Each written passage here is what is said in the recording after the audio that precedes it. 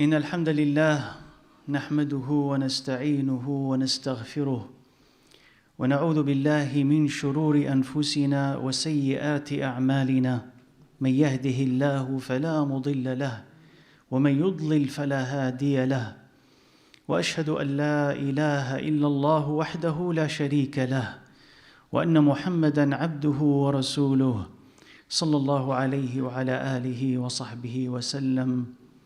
أما بعد فإن خير الحديث كتاب الله تعالى وخير الهدي هدي محمد صلى الله عليه وسلم وشر الأمور محدثاتها وكل محدثة بدعة وكل بدعة ضلالة وكل ضلالة في النار. أما بعد,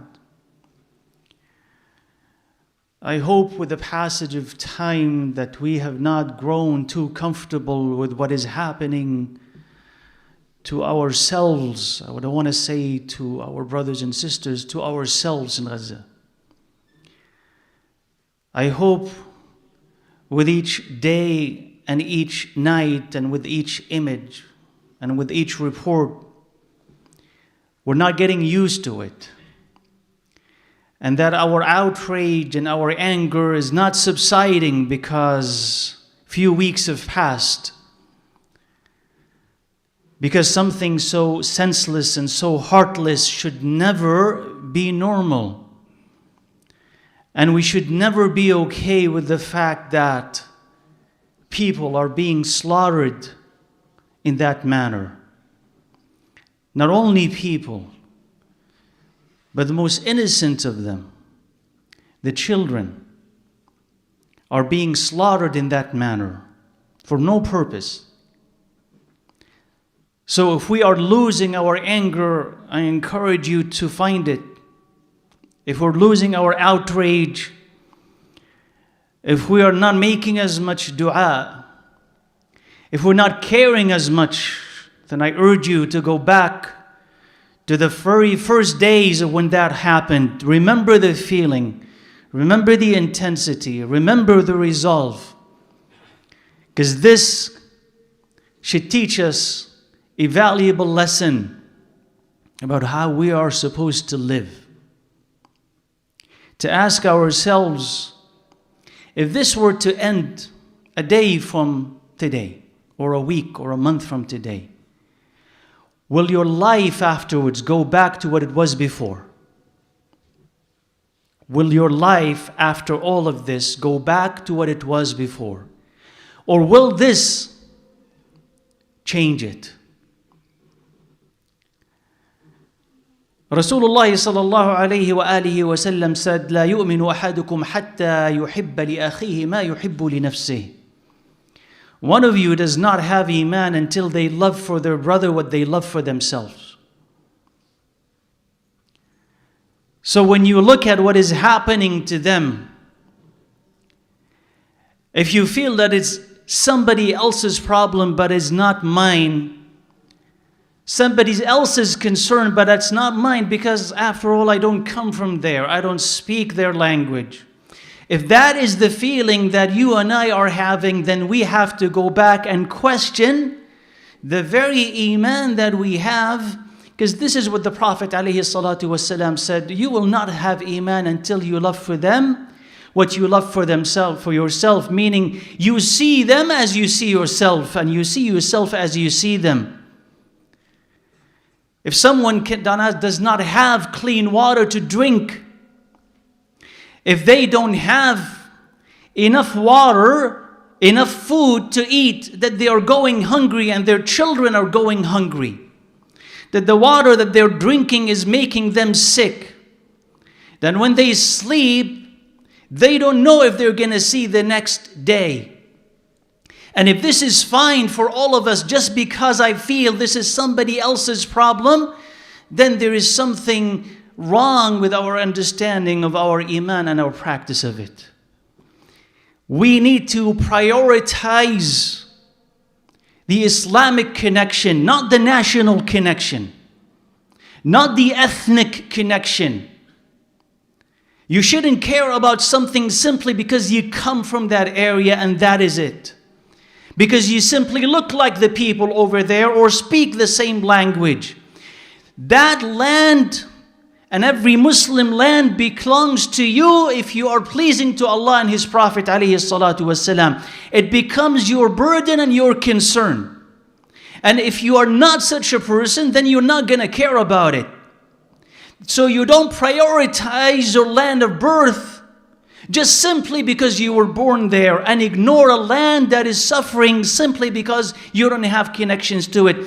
If you have Islam and you have Iman, that is your land. And you are responsible for it. And you are the one who will carry its burden, and you're the one who is charged with its responsibility. So these fake borders and fake classifications and nationalism that divides Muslims, you're this and I am that needs to go away. You need to see yourself first and foremost, not as a nationality, but as a Muslim. Not as a color, but as a Muslim. Not as a gender, but as a Muslim. Primarily a Muslim, not as a tribe, but as a Muslim. And all the other considerations are secondary or not important. But this is what you need to do. Because if you ignore them now, because you are not of them and they are not of you, there is going to come a time when you will be the one who is suffering. And if it's not you, then it's your children. And if it's not your children, rest assured, your grandchildren. And they will cry out, and other Muslims will say, well, we don't have a connection to you. So if you worry about them, you really are worrying about yourself. This is not normal.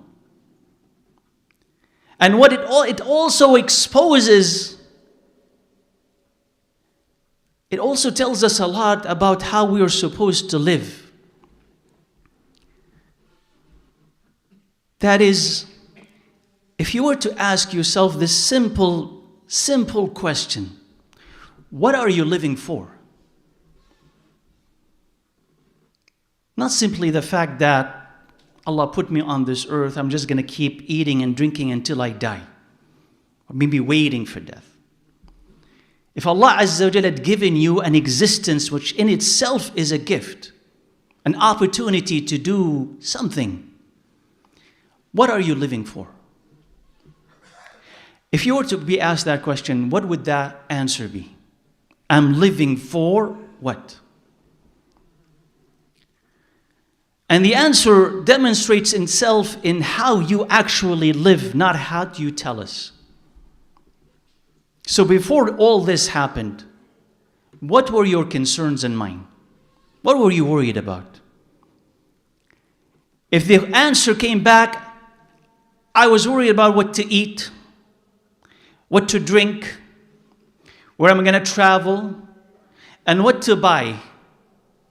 Meaning all physical activities and consumption. About the most trivial in life. Then we say that we have trivialized our own existence. If Allah Azza wa Jalla had put you on this earth meaning simply to eat and drink, then you are worse than an animal. Because animals know Allah Azza wa Jalla. If Allah had put you on this earth to consume, meaning that what they want from you is to become a consumption machine. Keep buying because we want to make money off of you. The latest thing, buy this, and the next thing, and the next thing. And you're being taken advantage of. And they're stealing your life. Before they steal your money, they're stealing your life. Because they have you work day and night simply to pay what they want to sell you. That's a life that will be spent on earning money to simply spend it, thinking that this is happiness. And before you know it, you're dead. And so you lived your life simply chasing the latest fashion and the latest brands and the latest developments and technology. And that's what you spend your life doing, but you didn't do something with it.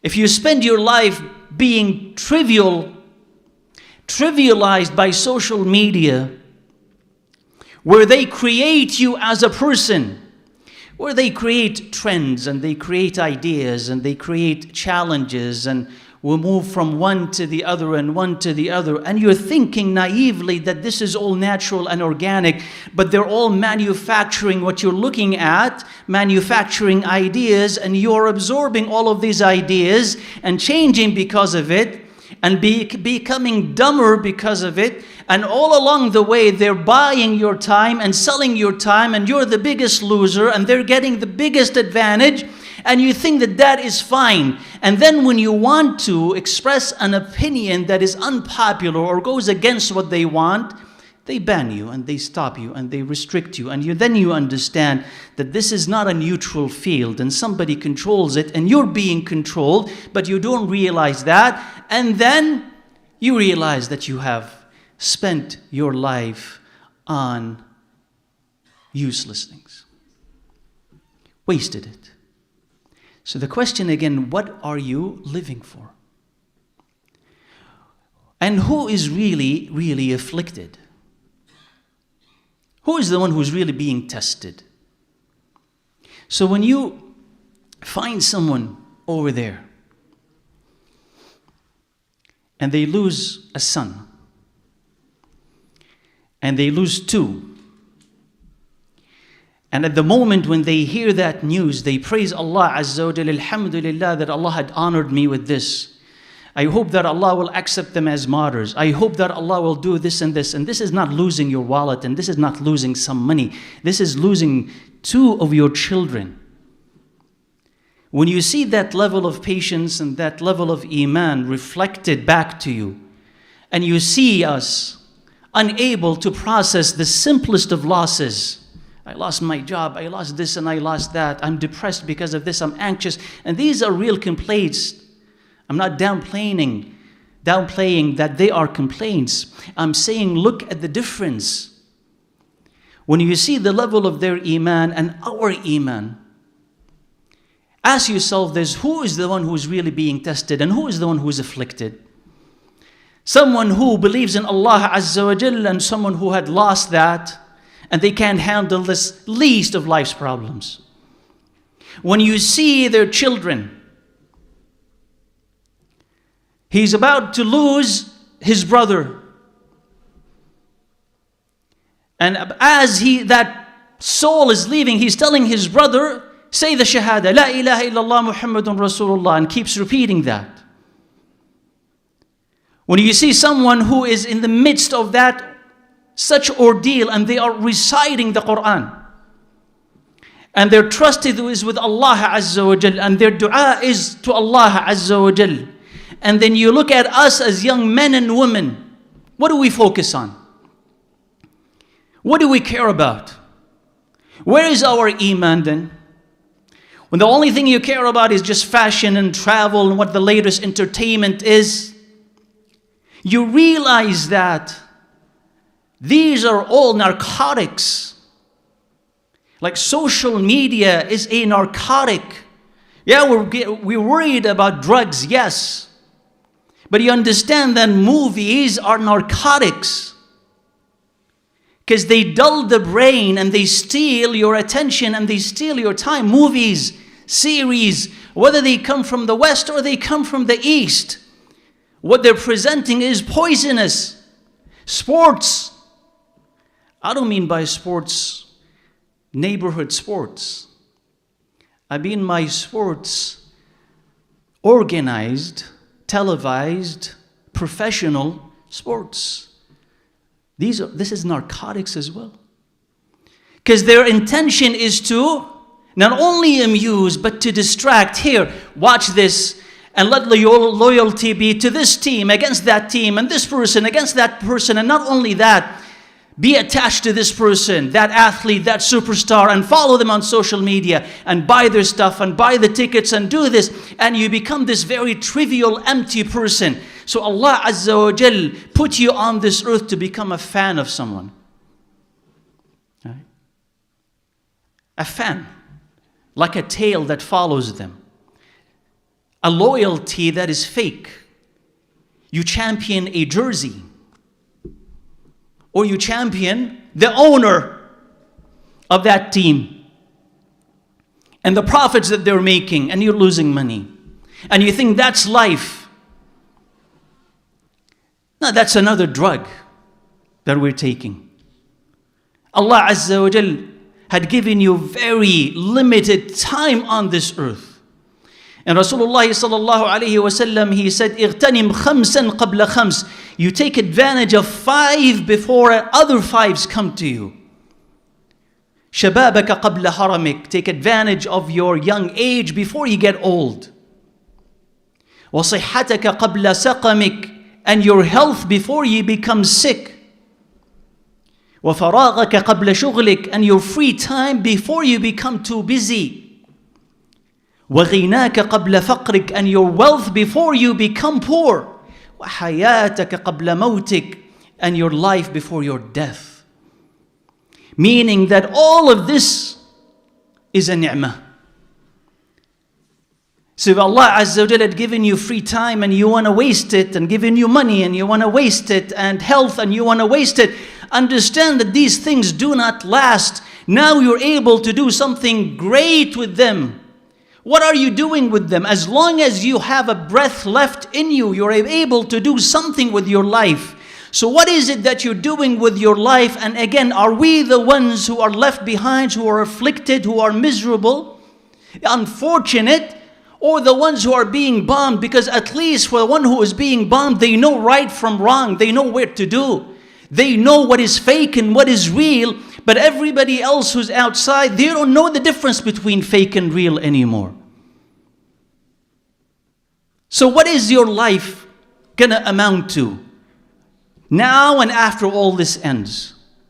If you're gonna live for yourself, for consumption, for entertainment, if you are gonna be lost to alcohol and to drugs, tell me, what is the greatest loss? Somebody who dies in bombardment, or somebody who is lost to a drug? What is the greatest loss here? Somebody who willingly drinks himself to death, or somebody who is martyred by an enemy of Allah Azza wa Jal? Who is the winner and who is the loser? Who should we feel sorry for? We should feel sorry for ourselves who still cannot see reality. Where is our loyalty? You saw on the one hand, over there, worldwide, that when this happened, those of the same ilk, of the same thinking, all united behind the aggressor. Unconditional support. And that is natural. Here is money, here is advice, here is consultation, here is this and here is that. And that in itself should wake you up to understand the reality between what they say and what they do. Now, where is our unity, our wala and bara behind what Allah Azza wa Jal loves? To support the victims, but not only support the victims, to understand that whatever has been produced by those who oppose Allah and His Messenger alayhi salatu wasalam no longer will find a place in my life. Am I going to watch the same actor or listen to the same entertainer who supported that act? Will I continue to consume what they produce? Will I continue to believe the propaganda of the countries that have supported that act? Will you still subscribe to it? Will you still live the way that they live rather than the way that Muhammad alayhi salatu wasalam wants you to live? Will you not stand to support your brothers and your sisters, not only with dua, and dua is essential, but we don't want to say dua and then you stop as if you've done everything that you're supposed to do. Because you can do something more than dua. And you can do something more than money. And that is, you could change yourself, and I can change myself, so I'm not a follower, a subject, subservient to those who hate Allah and the Messenger. I do not think like them. I do not live like them. I don't act like them. But you live and you act the way that Allah Azza wa Jal wants you. And your Imam is Rasulullah sallallahu alayhi wa alihi wa sallam. So if somebody asks you, what are you living for? The answer should be to please Allah Azza wa Jal as long as I'm alive. To find every opportunity to win Jannah and escape from hellfire. Because all of this is going to end. Whether a bomb drops and it takes all of it from you, or life gradually takes it all from you. Because life, as it had taken their husbands and their wives and their children and them, will also take that all from you. And as it had taken their houses, it will take your house away from you. Except that they could see it and we can't. So I ask Allah Rabbal Alameen to make us of those who learn from what they see and change because of it. أقول قولي هذا وأستغفر الله لي ولكم فاستغفروه.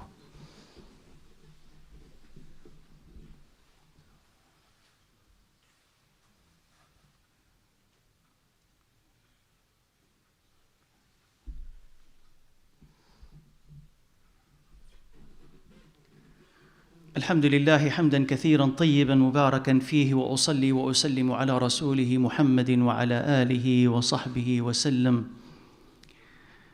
Sometimes it is a ni'mah, a great ni'mah from Allah Azza wa Jal to receive these reminders and these afflictions because they are supposed to wake us up.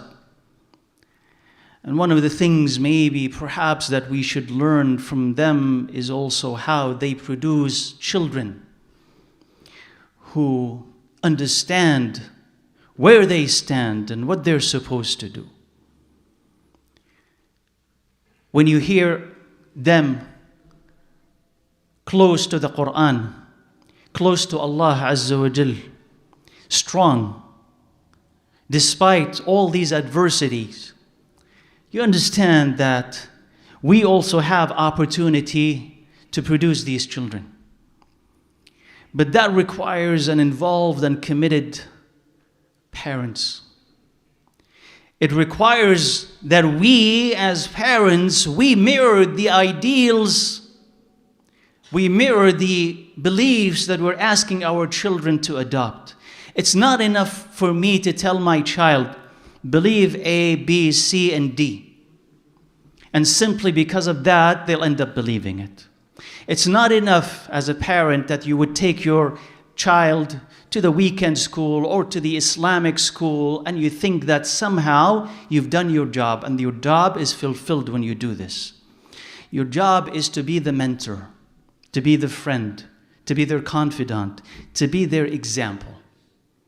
Your job is, if you want them to believe La ilaha illallah Muhammadun Rasulullah, that you believe it and you live it. If you want them to read the Quran and be connected to it, your job is to do that.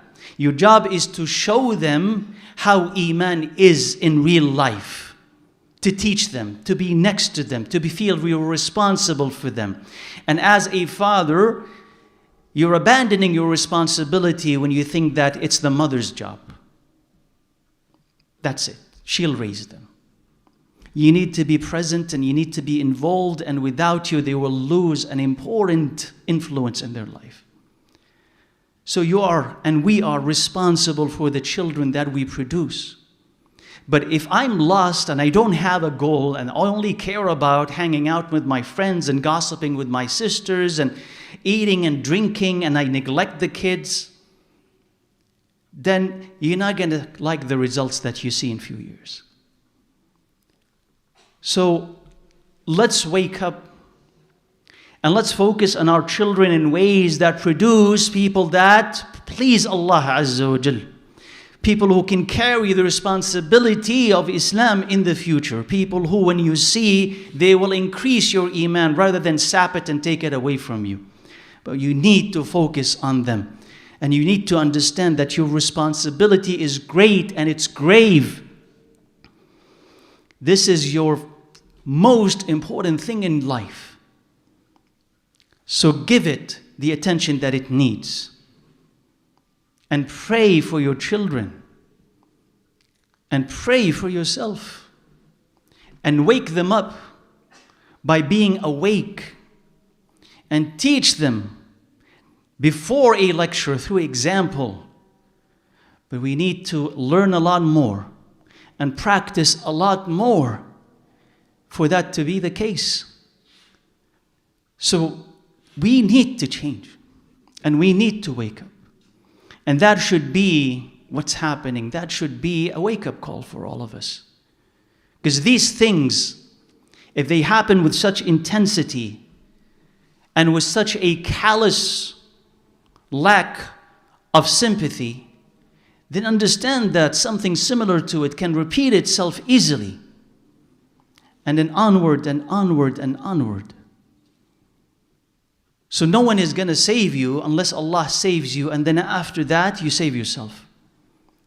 No amount of pleading with outside forces is going to help unless Allah Azza wa Jal changes what is in us. And only when that happens, things will change.